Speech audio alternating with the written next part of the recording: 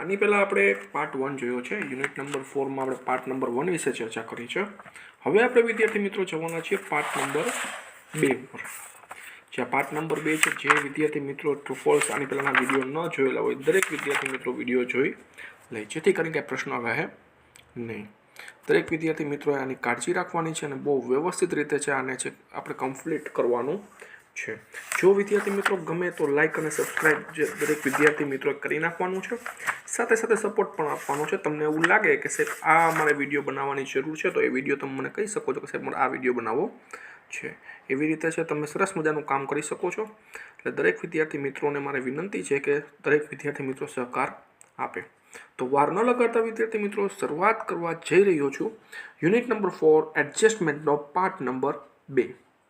બરાબર છે. દરેક વિદ્યાર્થી મિત્રો સપોર્ટ આપે તેવી મારી ઈચ્છા છે.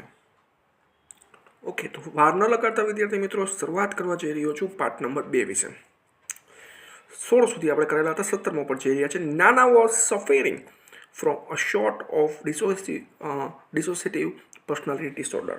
નાના છે તે એક બીમારીથી પીડાતા હતા, જે બીમારીનું નામ છે બરાબર છે સફરિંગ એટલે પીડાવું. તો સાચી છે? તો યસ, આ વસ્તુ સાચી છે. તો અહીંયા આવશે વિદ્યાર્થી મિત્રો ટ્રુ.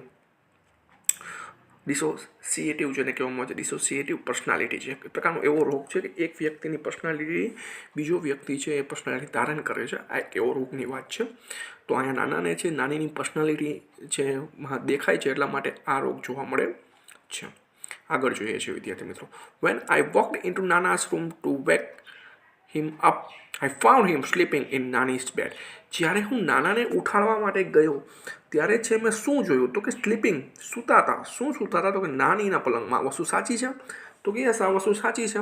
જ્યારે છે જે લેખક આઈ એટલે કે નિરેચર અથવા લેખક પોતે એમ કહે છે જ્યારે હું નાનાના રૂમમાં ગયો એમને ઉઠાડવા માટે ત્યારે છે તેમને જે સ્લીપિંગ સૂતેલા હતા નાનીના કપડામાં. તો આ વસ્તુ સાચી છે. આગળ વધીએ છીએ વિદ્યાર્થી મિત્રો. The condition was better and there was a sure cure for it. Cure એટલે કે સાજું થઈ જાય તેવું. બરાબર છે ને? બરાબર, શ્યોર ક્યોર એટલે કે સાજું થઈ જશે. કન્ડિશન પરિસ્થિતિ એવી છે કે સાજું થઈ જશે, પણ નહીં, એવી પરિસ્થિતિ છે નહીં. નાના સાજા થઈ શકે એવી કોઈ પરિસ્થિતિ છે નહીં. નાનાની ઉંમર બહુ વધી ગઈ છે માટે નાના છે ફરી છે પહેલાં જેવા થઈ શકે એવી કોઈ સિચ્યુએશન નથી. એમને દવા પણ એવી ના આપી શકાય કે જેથી કરીને એમની પરિસ્થિતિ સારી થઈ જાય. ઓકે, એટલા માટે અહીંયા આવશે વિદ્યાર્થી મિત્રો ફોલ્સ. આગળ વધીએ છીએ. આગળ જઈએ છીએ એના પછીનું. નાના રિફ્યુઝડ ફોર હેરકટ થો હી નીડેડ ઇટ. જેમને જરૂર છે છતાં, નીડેડ એટલે કે છતાં, જરૂર છે છતાં પણ, બરાબર છે, એમને જરૂર છે થો એટલે છતાં પણ તે રિફ્યુઝડ એટલે કે ના પાડે છે હેરકટ કરવાની. આ વસ્તુ સાચી છે? તો કે યસ, આ વસ્તુ સાચી છે. તેમને જરૂર છે છતાં પણ તે હેરકટ કરવાની ના પાડે છે. આ વસ્તુ સાચી છે. આગળ વધીએ છીએ. ઓકે. નાના might have got married at the age of 25.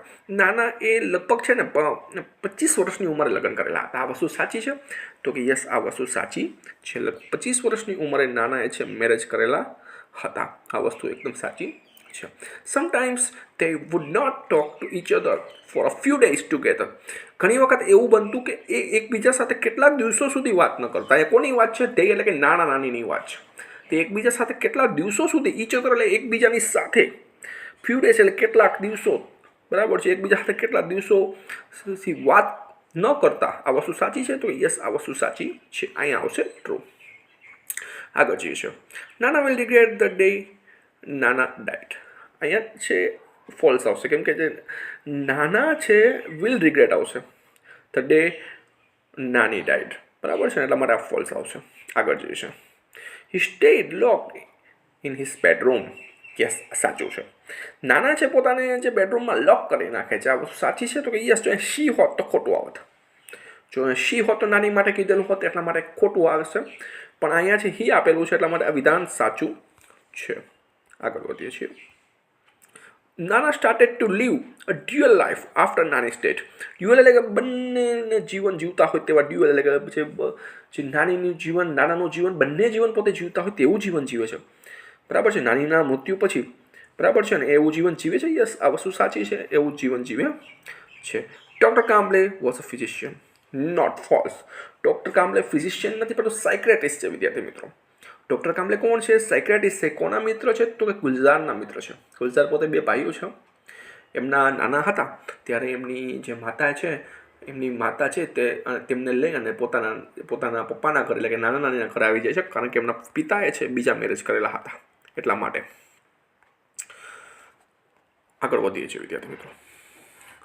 Doctor Kamble physician આ થઈ ગયું છે. 27th ઉપર આપણે જઈએ છીએ. Nana had a problem of associative personality disorder. આ ખોટું છે વિદ્યાર્થી. હજી મેં ઉપર જ ચર્ચા કરેલી છે, બરાબર છે ને. આપણે ઉપર જ ચર્ચા કરેલી હતી કે એમને છે શોર્ટ ઓફ ડિસઓર્ડર નામની પરીક્ષા હતી. સોરી, એમને જે બીમારી હતી શોર્ટ ઓફ ડિસોસિએટિવ પર્સનાલિટીની એમને જે પરેશાની હતી, નહીં કે પર્સનાલિટી ડિસઓર્ડરની પરેશાની હતી. એટલા માટે અહીંયા ખોટું આવશે. આગળ જોઈએ છે.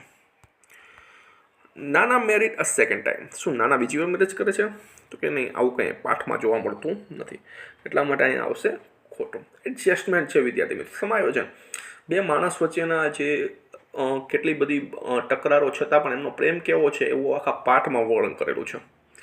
જે વિદ્યાર્થી મિત્રો પાઠ ન જોઈ લો, યુનિટ ન જોઈ લો, વિદ્યાર્થી મિત્રો યુનિટ પણ જોઈ લે, જેથી તેમને બહુ આનંદ આવે એવો પાઠ છે.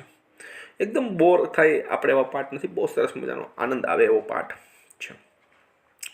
Nana and Nani's married life was around 60 years. જો 50 હોત તો ખોટું આવશે, બરાબર છે. અહીંયા આવશે સાચું.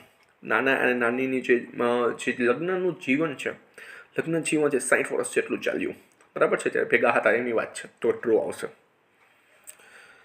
આગળ જઈએ છીએ. નાના હેડ ડાઇડ બિફોર નાની ડાઇડ. ફોલ્સ.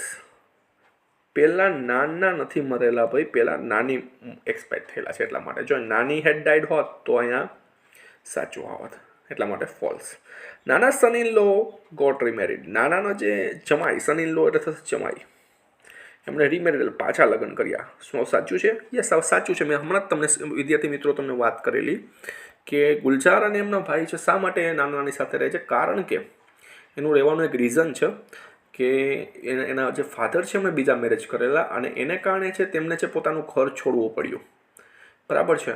અને નાની છે એમને છે લઈ આવે છે, કારણ કે એમના જે મધર ઉપર છે, ગુલઝારના મધર ઉપર બહુ ત્રાસ થતો હોય છે. એ જોઈને એમને એમ થાય છે કે હકીકતમાં છે યાર રહેવું નકામું છે. અને આ વાતને કારણે નાના નાની વચ્ચે પણ તકરાર થયેલી જોવા મળે છે. નાના અને નાની વચ્ચે પણ આ બાબતે તકરાર થયેલી જોવા મળે છે. આગળ વધીએ છીએ. નાના only swallows the pills on her behalf because the mental disorder. બરાબર, અહીંયા છે સાચું આવશે. કેમ વિદ્યાર્થી મિત્રો? કારણ કે એ પોતે દવાઓ ગળે છે. નાનીની જે સ્થાનની દવાઓ છે પોતે ગળતા હોય છે એવું અહીંયા જોવા મળે છે, બરાબર છે. અહીંયા છે એમને પોતે નાનીની દવા ખાતા હોય છે એવું અહીંયા જોવા મળે છે. અહીંયા સુધી વિદ્યાર્થી મિત્રો આ 32 ટ્રુ ફોલ્સ છે તમારા છે યુનિટ નંબર 4માં છે. 16 મેં છે પહેલાં જે વિડીયોમાં જે લીધેલો છે, અને 16 છે બીજા વિડીયોમાં લીધેલા છે. એટલે દરેક વિદ્યાર્થી મિત્રો આ ટ્રુ ફોલ્સ કમ્પ્લીટ કરી નાખે, જેથી કરીને કંઈ પણ ક્વેશ્ચન વિદ્યાર્થી મિત્રો રહે નહીં. અને કાંઈ પણ એવું લાગે તો આપણે કોમેન્ટ બોક્સમાં કંઈ વિડીયો બનાવવો હોય અને કોર્સમાં આપણે શું બાકી છે એ પણ આપણે દરેક જોવાનું છે. કારણ કે હવે ધીરે ધીરે આપણે જે સમયગાળો આગળ જતો જાય છે તેમ આપણે બધું કામ પતાવવાનું છે.